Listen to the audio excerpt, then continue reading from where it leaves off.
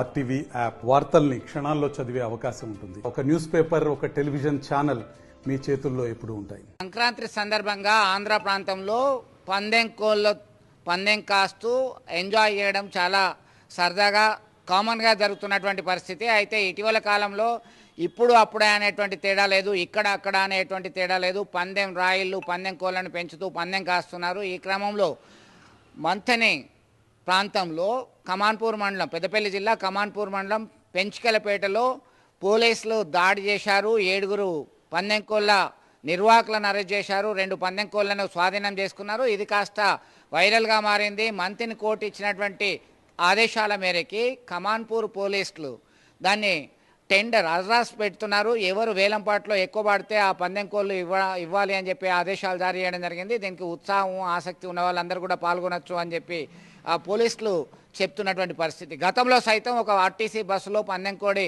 తప్పిపోయింది. దీనిలో కరీంనగర్ బస్ డిపోలో ఆ కోడిని ఉంచి 4 రోజుల పాటు వేశారు. మీడియా ద్వారా సమాచారం అందుకొని ఇది నా కోడే అని చెప్పేసి తీసుకెళ్ళినటువంటి ఆధారాలు చూపెట్టి తీసుకెళ్ళినటువంటి సందర్భం ఉంది. ఇప్పుడు సైతం ఇది ఆసక్తికరంగా మారింది. పందెం కోళ్ల నిర్వాహకులు తమను అరెస్ట్ చేశారు. అయితే పందెం కోళ్లను వేలం వేస్తున్నారు అనేటువంటి విషయాన్ని చర్చించుకుంటున్నారు.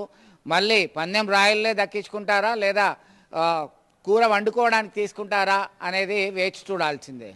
27 జూలై 2024 రోజున సాయంత్రం పెంచికల్పేట గ్రామ శివార్లో మన కోడి పందాలు ఆడుతున్నారు సమాచారం రావడంతో వెళ్ళి మన కోడి పందాలు ఆడుతున్న వాళ్ళను పట్టుకోవడం జరిగింది. వాళ్ళ దగ్గరికి వెళ్ళి 2 పందెం కోళ్ళు, కొంత అమౌంట్, 2 సెల్ ఫోన్స్ సీజ్ చేయడం జరిగింది.